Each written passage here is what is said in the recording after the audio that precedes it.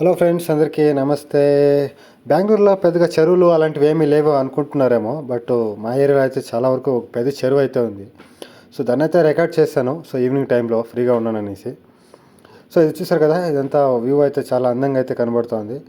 So ఇది evening టైంలో నేను రికార్డ్ చేశాను యాక్చువల్లీ. సో చుట్టుపక్కల ఉండే ఏరియాలో కింద ఈ చెరువు చాలా పెద్దది మా ఏరియాలో ఉండేది. అలాగే మేము చిన్న వయసులో ఇక్కడే ఈత కొట్టేవాళ్ళము. అలాగే మా తల్లిదండ్రులంతా వచ్చేసి ఇక్కడే బట్టలు అయితే వాష్ చేసుకుని వెళ్ళేవారనమాట. సో అప్పుడు అయితే ఇలా అయితే లేదు. అప్పుడు చాలా ఎవరికి వెళ్తే రావచ్చును, ఎవరికి వెళ్తే వెళ్ళొచ్చును చెరువుకి. ఇప్పుడు అలా లేదు, టైమింగ్స్ పెట్టారనమాట. పోలీస్ కూడా ఉంటారు వాచ్మెన్ లాగా. సో అలాగైతే చెరువు కాపాడుకుని వచ్చారు ఇక్కడ ఉండేవాళ్ళు. చుట్టుపక్కల ఏరియాలో అయితే ఆల్మోస్ట్ చెరువులంతా కబ్జా చేసి అపార్ట్మెంట్లు అయితే కట్టేశారు. సో మా ఏరియాలో చెరువు అయితే కాపాడుకోగలిగారు. సో అది చాలా సంతోషమైన విషయము.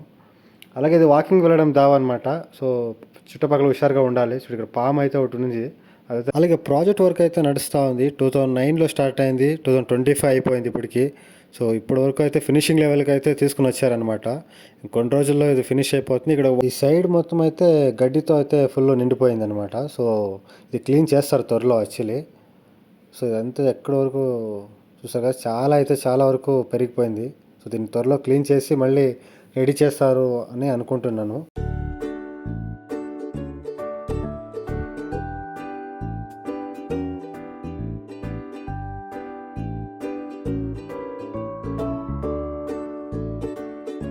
అలాగే ఇక్కడ క్రికెట్ గ్రౌండ్ లాంటిది అయితే ఉంది. ఇది యాక్చువల్లీ ప్రైవేట్ ప్రాపర్టీ. సో మన వాళ్ళు సరదాగా అప్పుడప్పుడు ఆడుకుంటూ ఉంటారనమాట. మేము వెళ్ళి ఆడుతూ ఉంటాం అప్పుడు.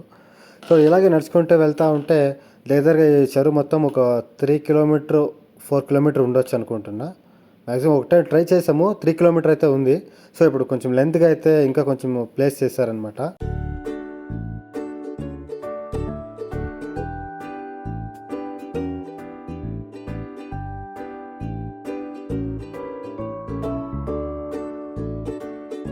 ఫైనల్గా ఎండ్కి అయితే వచ్చేసామన్నమాట. సో ఇదే లాస్ట్ డెడ్ ఎండ్ వరకు. సో ఫైనల్గా ఇలాగైతే వ్యూ అయితే కనబడుతుంది, ఫుల్ చెరువు అయితే. సో